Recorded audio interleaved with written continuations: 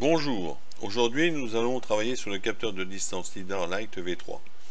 Alors pour cela, on va démarrer simplement, nous allons travailler surtout sur la communication entre la carte Arduino qui recevra donc le fameux laser et le logiciel Processing.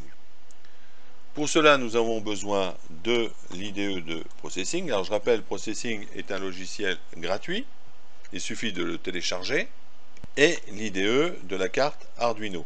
Alors là, par contre, il nous faudra une carte Arduino Uno, donc pour transférer le programme, et pour que le PC aille récupérer les informations dans la carte Arduino et les transférer via le logiciel Processing.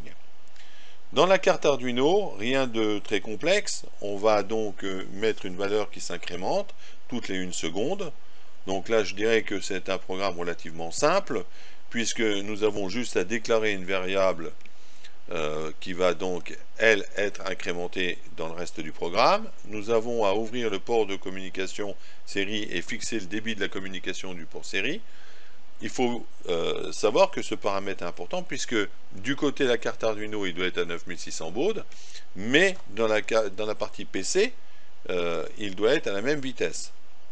Et enfin, une petite ligne là qui nous permet de pas démarrer la communication tant que le port de communication n'est pas prêt.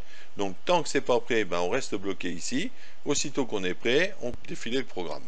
Dans la partie loop, nous avons la valeur. Alors j'aurais pu vous faire une incrémentation du style valeur plus plus, mais j'ai pris relativement plus simple puisque je l'ai décomposé pour les néophytes. Et donc j'ai pris valeur est égal à valeur plus 1. Donc à chaque fois, à chaque passage, on incrémente la variable valeur de 1. Cette variable, on la présente au port série avec la commande serial print ln et entre parenthèses valeur. Mettre notre valeur de disponible sur le port série. Ensuite, on attend 1 seconde et on redémarre à nouveau dans le loop l'incrémentation.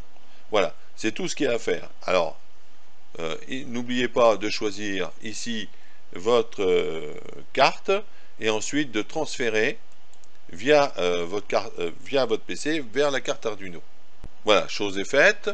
Maintenant, pour visualiser que la carte Arduino fonctionne correctement, on met le moniteur série en service. Vous avez vu, il y a une petite délai d'attente qui correspond au contrôle si la carte Arduino est opérationnelle au niveau de la communication. Et ensuite, on fait défiler l'incrémentation toutes les secondes. Voilà. On coupe cet écran, puisque si vous laissez le moniteur de la carte Arduino fonctionner, bah, vous bloquez le port de communication, et pour la suite du tuto, bah, vous serez bloqué pour entrer en communication avec la carte Arduino. Donc on ferme le moniteur. C'était juste pour vérifier si le compteur à l'intérieur de la carte Arduino fonctionnait. Nous passons maintenant donc dans la partie programme Processing. Alors, Processing, ça ressemble quand même assez à la programmation sur Arduino. Soit dit en passant, ben, il suffit d'importer la librairie de la communication série pour que Processing soit opérationnel au niveau de la communication. Après, ben, on a quelques petits paramètres à mettre en service. Donc la variable pour stocker le port de communication, le numéro du port, ici. Alors comme vous avez pu le voir, le programme est largement commenté. Je n'irai pas à chaque fois dans les détails parce que tout est commenté. On ira surtout sur les sujets qui sont plus ou moins bloquants. Le nom du port, pour pouvoir lire des informations du port. Donc, oui, quand on s'adresse à un port, bah, il faut avoir son nom pour lui dire, bah, je veux lire comme 2, je veux lire comme 3, ou je veux lire comme 4. Il faut qu'il sache exactement où il va. Et quand il va lire le port de communication, bah, l'information qu'il récupère dans le port de communication, il va le mettre dans une variable qui est string.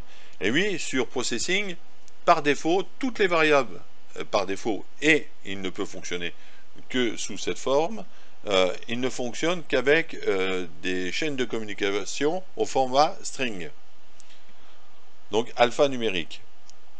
Et on stocke les informations dans notre variable valeur. Voilà, c'est tout ce qu'il y a à faire pour la déclaration des variables. Dans la partie setup, eh bien, on est obligé de fixer la taille de la fenêtre, hein, parce que là c'est un peu différent, puisqu'on a accès cette fois-ci à une taille de fenêtre, donc on va la fixer puisqu'on va mettre dessus un texte qui va nous permettre d'afficher la valeur de notre compteur. Donc là on a déterminé 800, 300.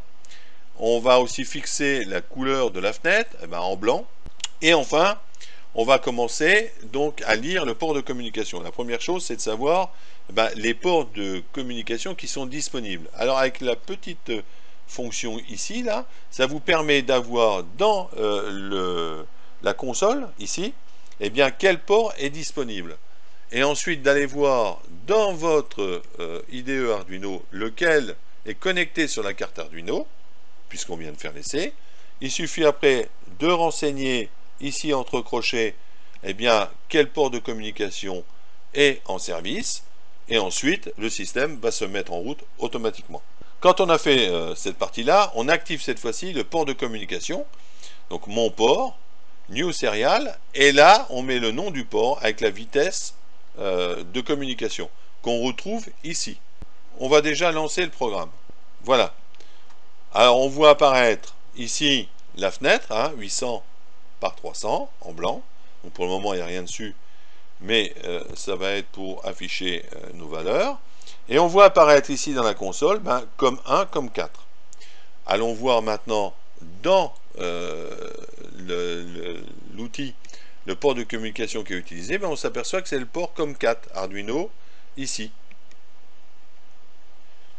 Donc ici, entre crochets, on va fixer 1, puisque COM4 est égal à 1, donc on le fixe ici.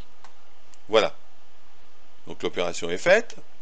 Et maintenant, nous allons déverrouiller tout ce qui est entre crochets pour lancer le programme. Dans la fonction Drove, que va-t-on faire? Eh bien, la première chose, c'est de demander si le port de communication est disponible. Si oui, si tel est le cas, on va lire, cette fonction lit la chaîne de caractères jusqu'au retour donc à la ligne. Alors le retour de la ligne, c'est quand on envoie une trame via le port série, et à la fin, on a /n qui apparaît, qui nous dit c'est la fin de ma ligne.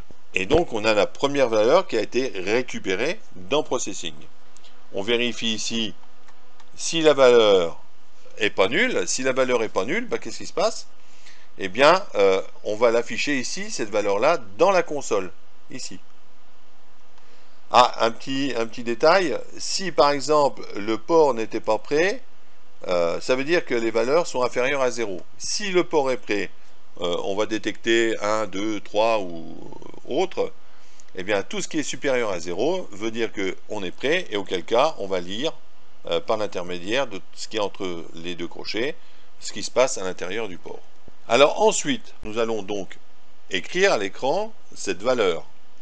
Alors pour l'écrire, on vient de la récupérer puisqu'elle se trouve ici, valeur. Mais cette fois-ci, on va la fixer dans notre programme. Alors, on va un peu bypasser cette partie-là, mais on va aller sur donc la pose de la valeur. Alors, pour bien vérifier l'utilité de ce petit programme après, on va le mettre en commentaire. Et là, on passe donc à l'affichage de la valeur qu'on lit via le port série. Sur Processing, il faut définir la police. Alors par défaut, il y a une police, mais qui n'est pas très belle.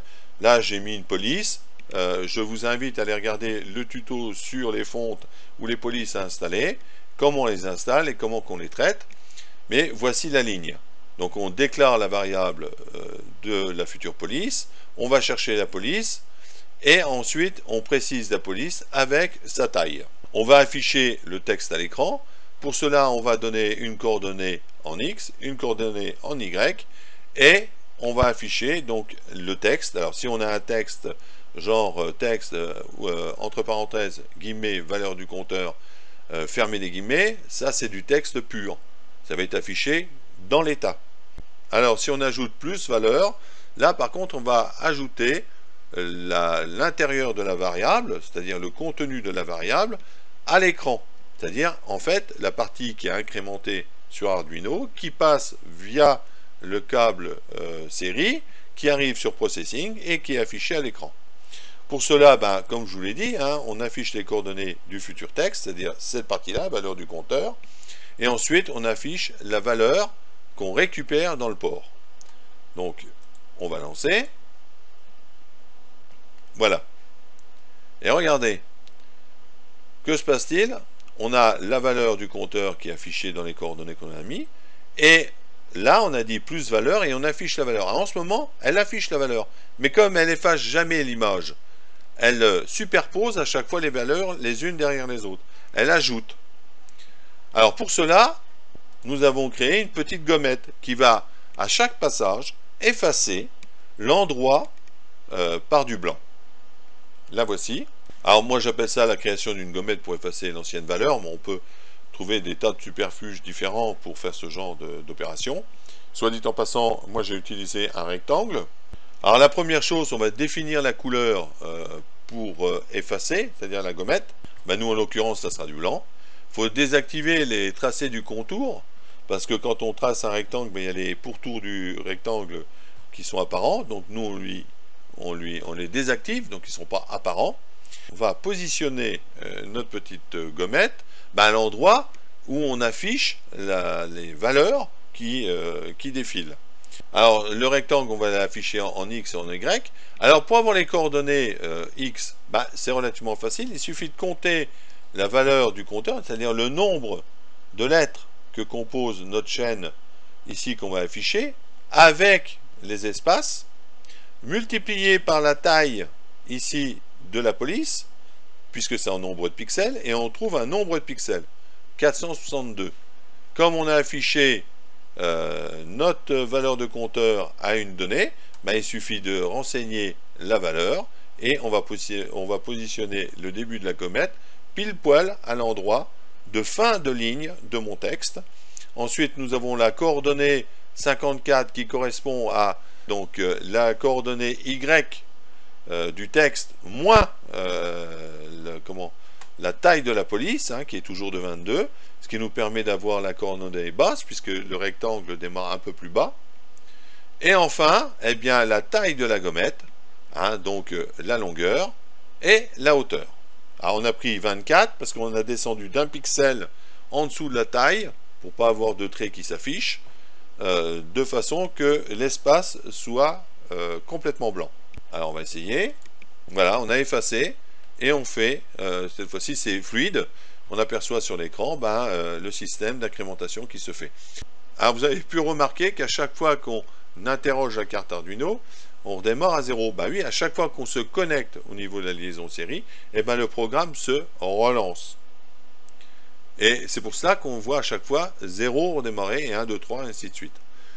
C'est le seul handicap dans ce cas présent, de relire le compteur pas au fil de l'eau, mais de redémarrer au démarrage de son comptage à lui, par rapport à ce que Processing s'est engagé. Mais quand les deux appareils sont figés, ben, il n'y a pas de problème.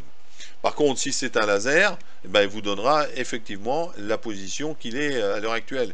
Il ne va pas décompter, il va vous donner directement la valeur lue par le laser. Voilà, j'espère que ce tuto vous sera profitable. Celui-ci fait partie d'une série de tutoriels pour la mise en œuvre du laser LiDAR Lite V3. Les schémas de branchement ainsi que les programmes sont disponibles sur notre site redome.fr. Au revoir et au prochain tuto.